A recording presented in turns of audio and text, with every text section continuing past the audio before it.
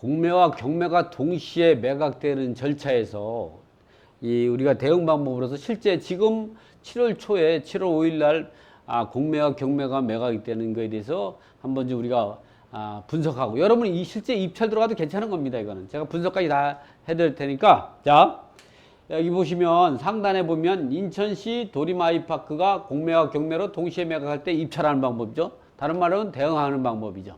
그 부분을 갖고 한번 제가 설명을 한번 드려보죠. 먼저 법원 경매를 갖고 한번 보시면 이 부분 같은 경우는 이 부분 같은 경우는 이제 그 인천시 그 남동구 도림동, 제가 이제 일부적으로 이 개인 정보 때문에 이름이나 이런 것들 딱 모두 땡땡 처리했는데, 처리했습니다. 해가지고 해서 이렇게 이제 보면 그 인천시 남동구 도림아이파크 이 부분 같은 경우는 감정가가 2억 9,100만 원인데 지금 30% 저감이 돼가지고, 인천은 30% 저감이 되는 거죠. 2억 9,100에서 시작했는데 지금은 2억 370만 원까지 떨어졌죠. 근데 이 물건이 2억 한 8,500 정도 이 시세라 해서 2억 9천 정도 가니까, 이런 가격으로 입찰 들어가면 이런 거 같은 경우는 기본적으로 한 뭐 2억 한 4,600 정도 쓰시면 뭐 이상만 쓰시면 입찰에 낙찰되지 않을까 생각이 들어가는데, 이렇게 이런 거는 이제 2억 4,600 그 뭐 40만 한 뭐 800원 정도 써가지고 낙찰 받고, 이런 이 부분은 이렇게 참여하면 되는데, 그러면 이거를 갖고 권리의 하자가 있는지를 한번 먼저 보실까요? 이거는 7월 5일 날 매각 절차를 진행하고 있거든요. 여기를 보면 그 임차인 현황이 없고 전부 소유자가 거주하고 있죠. 그리고 말소기준 권리는 2015년 7월 3일이고, 여기 그 전입세대 열람을 보면, 전입세대 열람을 하면 보면은 이와 같이 그 김아무개만 거주하고 있고, 김아무개면은 아무개만 거주하고 있고,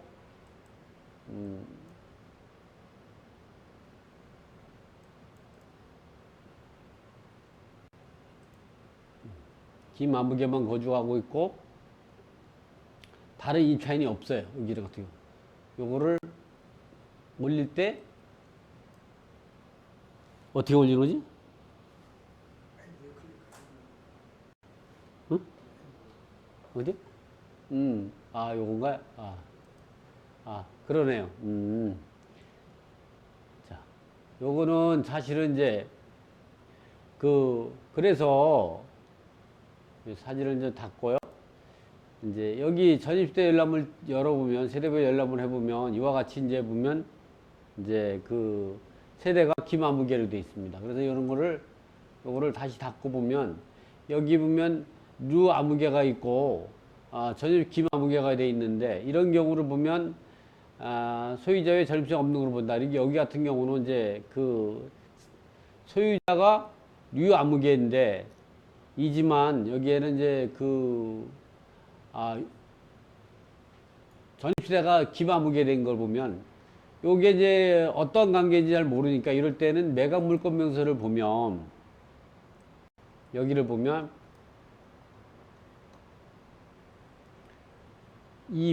그 김아무개하고 유아무개는 이제 그 가족 관계가 될 수가 있겠죠.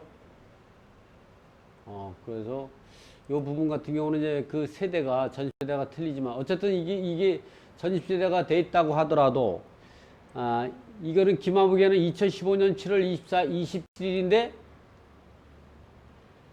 요거는 2015년 7월 3일이니까 이러한 경우는 말소기준 권리의 이유고, 그리고 여기에 보면 임차인이 없어 전부 소유자 관계라 보면은 유아무개와 김아무개는 동일 세대원이고 이렇게 되죠. 그러니까 결국은 보면 유아무개가 그 부인일 가능성이 높고, 김아무개는 남편이고, 그러니까 세대주는 김아무개로 되어 있는 거죠.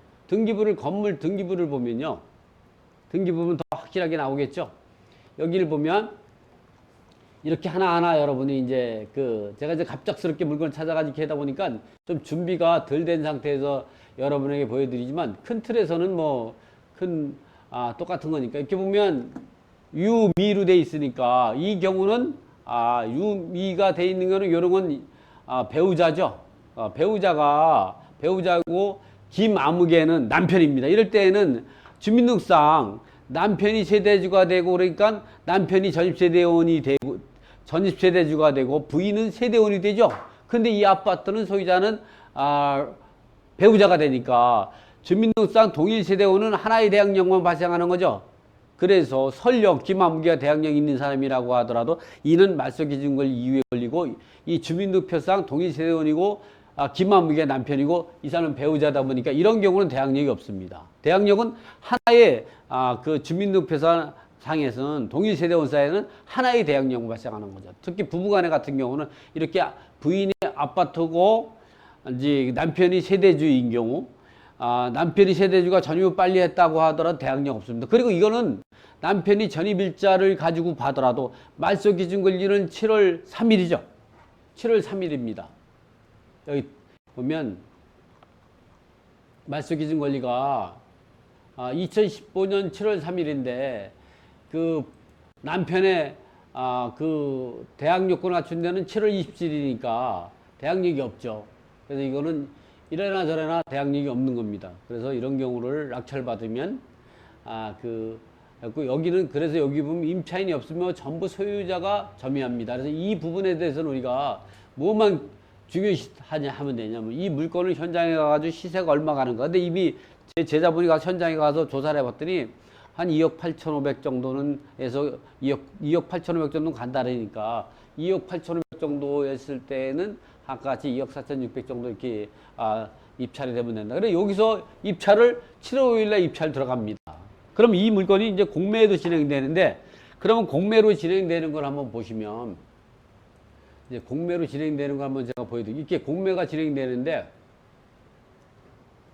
이와 같이 공매에서는 감정가가 3억 천이죠. 84점 건물이 84.73이니까 이런 경우는 35평형 아파트라고 보시면 됩니다.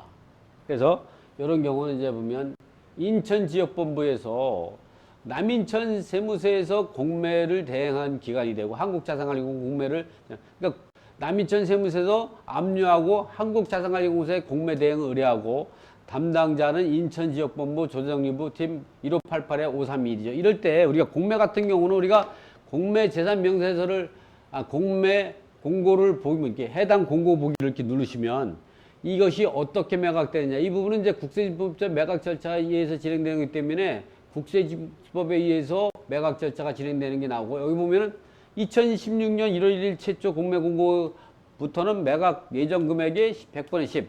그러나 그 이전에는 내가 매수하는 희망가격이 100분. 이게 2016년 1월 1일부터 법이 바뀌었습니다. 법원 경매처럼 최저 매각 가격의 10%를 입찰 보증하는 대신에 2015년 12월 31일까지는 매수 희망가격의 10%였었죠.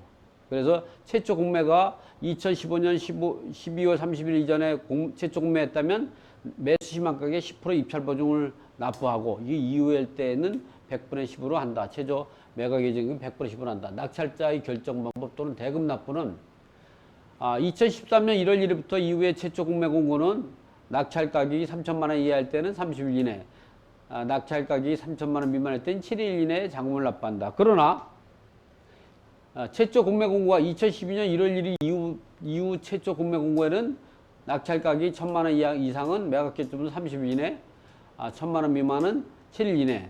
또 2011년 12월 30일 최초 공매 공고일 때는 낙찰 가격이 1천만 원 이하일 때는 60일 이내, 낙찰 가격이 1천만 원 미만일 때는 7일. 이렇게 과거에는 2011년 12월 30일까지는 납부 기한이 60일이었어요. 납부 최고 기간까지 하면 70일 이내 잔금을 납부하면 그런 시절도 있었어요.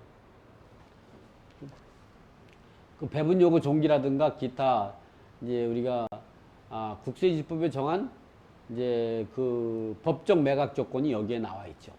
공의자 우선 매수라든가 차수리 매수 신고 또는 매각 결정 여부라든가 매각 결정이 취소라든가 주의사항 이런 것들을 보시고 궁금한 사항이 있으면 여기 보면 그 고객지원센터 1588-5321로 연락하시면 친절히 안내해 드립니다. 이렇게. 여기서 이해가 안 가는 것은 여기에 물어보고, 이 콜센터 담당자한테 이해가 안 되는 부분이 있으면 공매 담당자한테 직접 문의해서 해결하면 되는 거죠. 자, 이렇게 이 공매 공고문을 확인해서 공매 그 매각 조건을 이제 확인하면 되는 거죠. 자, 이번에는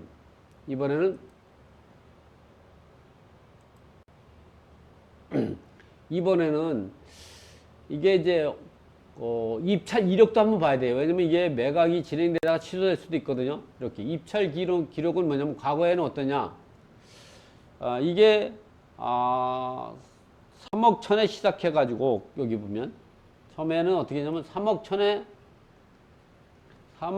처음에는 그 3억 천에 시작했다가 2억 4,800에 취소가 돼 있고, 이번에는 이제 새로 시작한 거는 또 그 다음에는 어떻게 했냐? 그 다음에는 3억 천에 시작했다가 1억 5,500에 취소가 됐고, 다시 3억 천에 시작되는 거죠.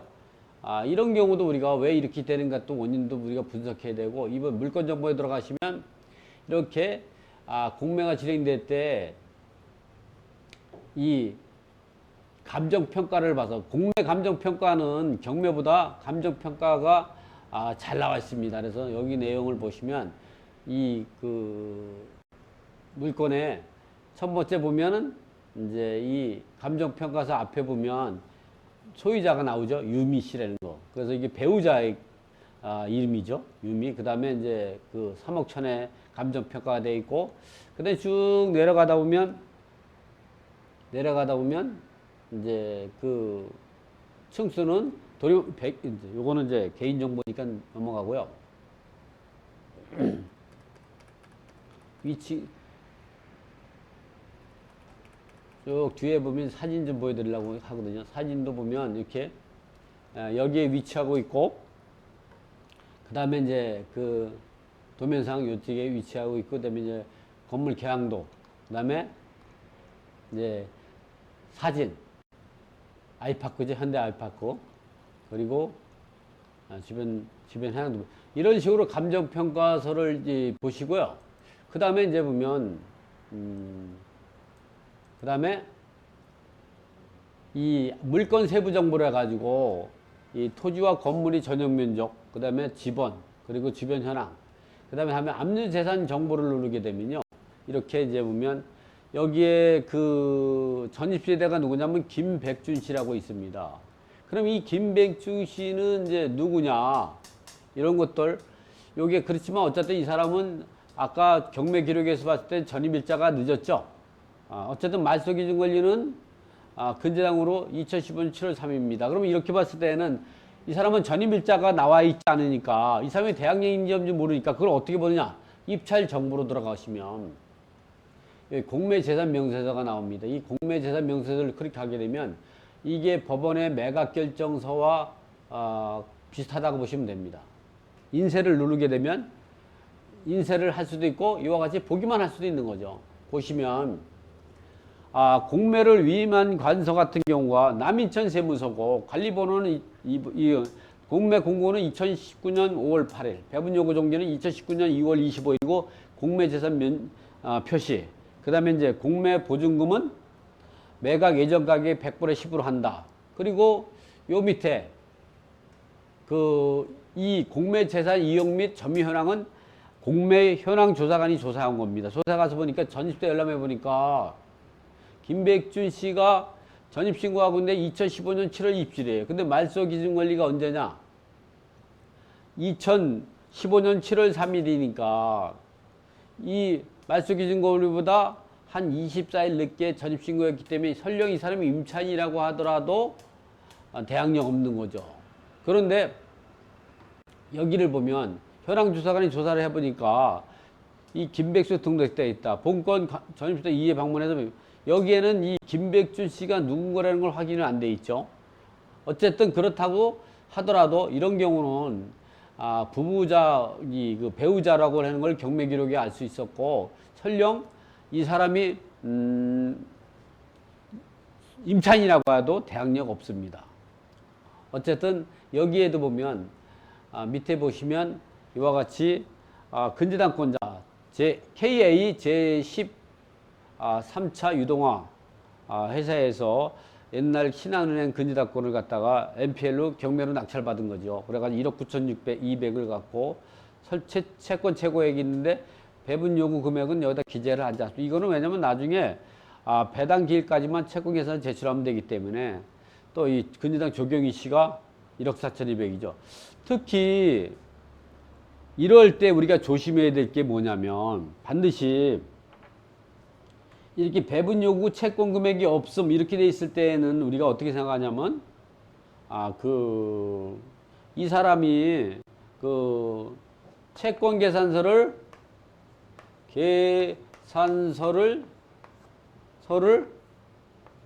제출하지 않아 가지고 영원유를 해 놓을 수도 있고, 채권 계산서를 제출했는데 채권이 없어서 영원유를 하는 기재를 할 수가 있거든. 이럴 때는 반드시 공매 담당자를 통해서 이 사람이 왜 영원유로 돼 있는가 꼭 물어보셔야 돼요. 얼마 전에 이제 그 수원시에 있는 물건도 이렇게 등기부에 등기되어 있는 3억 몇천원 등기되어 있는데 채권 금액이 영원으로 돼 있어요. 그런데 그게 말소기준 권리로 해서 그 이후에 입주한 임차인들 대항력 없다고 생각해가지고 입찰하신 분이 찾아와가지고 제가 매각 결정을 취소 신청을 해서 해준 적이 있는데, 그게 뭐냐면 실제 이게 배분 요구를 안 해가지고, 왜냐면 채권이 없어가지고 배분 요구를 안 한 사례가 되는 거죠. 그랬는지 아니면 배분 요구를 안 해서 그냥 등기부상에 기재하고 채권 금액을 영원유로 했는지 요거를 분명히 확인하셔야 합니다. 할 때.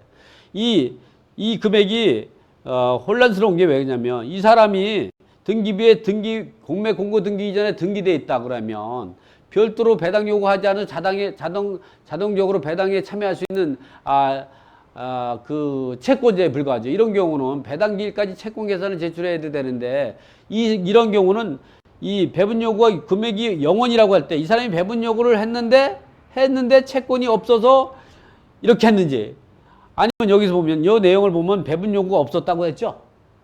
이런 거 갖고는 혼란스러우니까 반드시 이 사람이 배분 요구를 안 해서 영원유 해놓은 건지 아니면 배분 요구를 했는데 영원유 돼 있는지 요거는 분명히 확인하고 해야 합니다. 근데 요거를 보면 배분 요구가 없어서 영원유로 기재한 것 같은데, 여러분이 이런 거는 한번 공매 담당 때 확인하면 되고, 또 경매 기록에서도 보면 이 1억 9,200이 나온 게 나오죠. 공매에서 다시 한번 이렇게 권리 분석을 하고 이처하면 되는, 다시 경매에 가서 한번 요걸 한번 구분해 보면 다시 내려가지고요. 우리가 이제 법원 기록을 한번 보죠. 법원 기록을 기록을 한번 좀 보도록 하죠. 법원 기록이 제가 닫았나요? 그럼 다시 법원 기록을 한번 보죠. 최근 물건 요거죠. 법원 기록 물건을 보면 요거는 이제 제가 요걸 누르게 되면 제가 그 주소나 이런 것들이 다 땡땡이 처리가 되니까 요거는 제가 요거는 제가 한번 보여드리죠. 요걸 하다 보면 어떻게 하냐면 다른 건 아니라 여기 보면 근데다가 신한은행이죠. 근데 신한은행이 경매를 놓죠. 1억 5,400. 그러니까 이게 채권이 없을 수가 없는 거죠. 이게 권리 분석을 할 때 경매와 공매가 진행될 때 경매에서의 권리 분석을 더 완벽하지 못할 때에는 공매의 정보를 갖고 하고, 공매에서 정보가 부족할 때는 경매에서 부족할 때 공매 이렇게 해가지고, 지금 같은 경우는 아까 같은 경우 공매재산 명세서의 채권 금액이 영원유 나온 거는 배분 요구를 안 했다는 게 여기서 나타나는 거죠.